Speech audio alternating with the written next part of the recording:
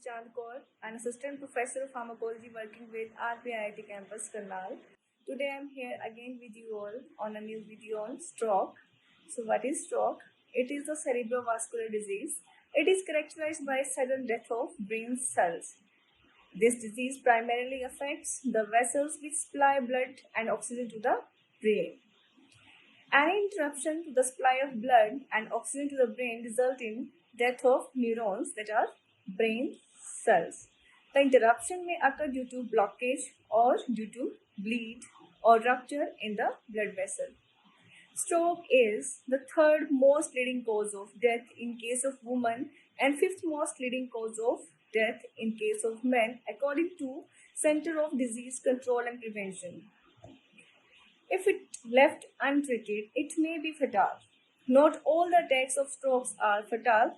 The severity depends upon the area of brain which is involved, how long the neurons were deprived of oxygen and blood. Stroke may lead to permanent disability. If left untreated, it may result in death. So, let's move towards the video. Through this video, we will learn about various types of stroke and their causes, symptoms, risk factors, and associated complications, various tips for the prevention of stroke, diagnostic measures, and treatment options. Let's have an introduction. A stroke occurs when the blood supply to the part of your brain is interrupted or reduced, preventing brain tissues from getting oxygen and nutrients. Due to the deprivation of oxygen and nutrients, neurons begin to die in minutes. A stroke is a medical emergency and prompt treatment is crucial. Early action can reduce brain damage and other associated complications. Stroke is also called as brain attack. We can also call stroke as cerebrovascular attack and cerebrovascular insult. Here in this diagram, we can see that blood clot has blocked the flow of blood towards brain, resulting in ischemic stroke, whereas the blood clot may be unstable, it may rupture, and it may completely block the blood vessels, resulting in hemorrhagic stroke. Likewise, blood clots blocking the path of blood towards heart, if they are present in coronary arteries, may also lead to heart attack. So let's talk about the symptoms of stroke. So the person may feel trouble breathing and understanding what others are saying. He may also experience paralysis or numbness of the face, arm, or leg. This often affects just one side of the body.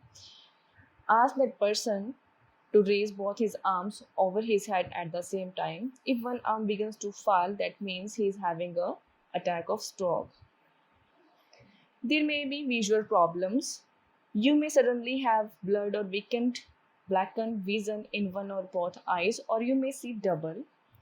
A sudden severe headache, which may be accompanied by vomiting, dizziness, or altered consciousness, may indicate that the person is having a stroke.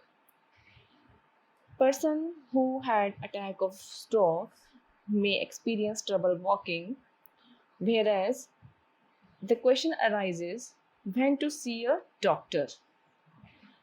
If you notice any sign or symptoms of a stroke, even if they seem to come and go, or they disappear completely, think fast. So what is fast? You have to notice some changes in face, arm, and speech. So what are the changes? You have to notice face. Ask that person to smile and notice, does one side of his face droop? Ask that person to raise both his arms and notice that, does one arm drift downwards, or is one arm unable to rise? And third one is, that is speech. Ask that person to repeat a simple phrase. Is his or her speech slurred or strange? If you notice all these three symptoms, then it is time you have to call ambulance at 102. So let's talk about various causes and types. So there are main two causes of stroke. First cause is a blocked artery, which result in ischemic stroke. Another cause is leakage or bursting of blood vessel, resulting in hemorrhagic stroke. Whereas some people may have only a temporary disruption of blood flow to the brain, known as transient ischemic attack, that doesn't cause lasting symptoms. So the three main types of stroke are ischemic stroke, hemorrhagic stroke, and transient ischemic attack. So let's talk about the first type of stroke, that is ischemic stroke. This is the most common type of stroke. It happens when the brain's blood vessels become narrowed or blocked, causing severely reduced blood flow, that is ischemia. Blocked or narrowed blood vessels are caused by fatty deposits that build up in blood vessels or by blood clots or other debris that travel through your bloodstream and lodge in the blood vessel in your brain.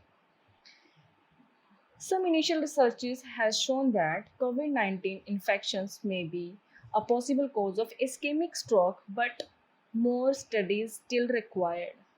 The second type of stroke is hemorrhagic stroke. It occurs when a blood vessel in your brain leaks or ruptures. Brain hemorrhages can result from many conditions that affect your blood vessels. So the conditions are uncontrolled high BP, overtreatment with blood thinners that are anticoagulants, trauma due to any car accident or any road accident, ischemic stroke leading to hemorrhage. The third type of stroke is transient ischemic attack. It's sometimes known as minimum stroke or mini stroke. It is a temporary period of symptoms similar to those you have in a stroke. A transient ischemic attack doesn't cause permanent damages. They are caused by a temporary decrease in blood supply to the part of your brain which may last as 5 minutes. Like an ischemic stroke, a transient ischemic attack also occur when a clot or debris reduces or blocks blood flow to the part of your nervous system, that is your brain.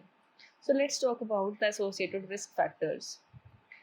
Many risk factors can increase your stroke risk. Potentially treatable stroke risk factors includes lifestyle risk factors, medical risk factors, and other risk factors. So the lifestyle risk factors include being overweight or obese due to reduced in physical activity, alcohol consumption, and use of illegal drugs such as cocaine and methamphetamine. Medical risk factors include high BP, cigarette smoking, high cholesterol, diabetes, and various cardiovascular diseases like heart defects, heart infection, or abnormal heart rhythm, such as arterial fibrillation, can cause the attack of stroke.